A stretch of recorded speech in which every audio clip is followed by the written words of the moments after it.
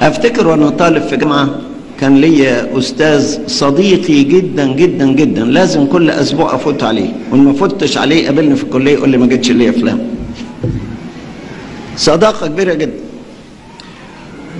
وبعدين مره كنت بزوره فبيشرب سجاير وعزم عليا بسجاره. قلت له انا اسف ما بشربش سجاير. قال لي معلش عشان خاطري، ده استاذي اللي بيمتحني وبينجحني وبيسقطني. فقلت له انا اعرف ان كل واحد بيشرب سجاير بيشتهي انه يبطلها، ولا شك انك بتشتهي انك تبطلها. فانكسف وما عزمش.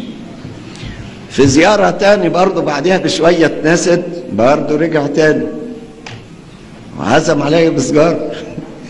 قلت له انا اعرف ان كل واحد بيشرب سجاير بيدعي على اللي اداله اول سيجاره. قال لي ربنا يبعدنا عن دعاء.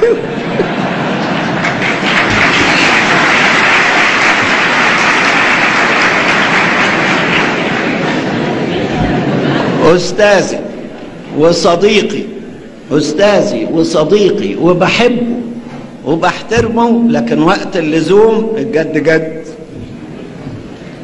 هو يعني واحد يحب واحد او يحترمه ويبقى لعبه؟ لا، ما يبقاش لعبه.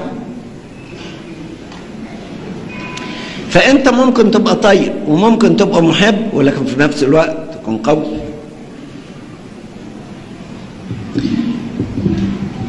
في انسان يكون خجول وخجله يضيع قوته، وفي انسان يكون خجول وقوي.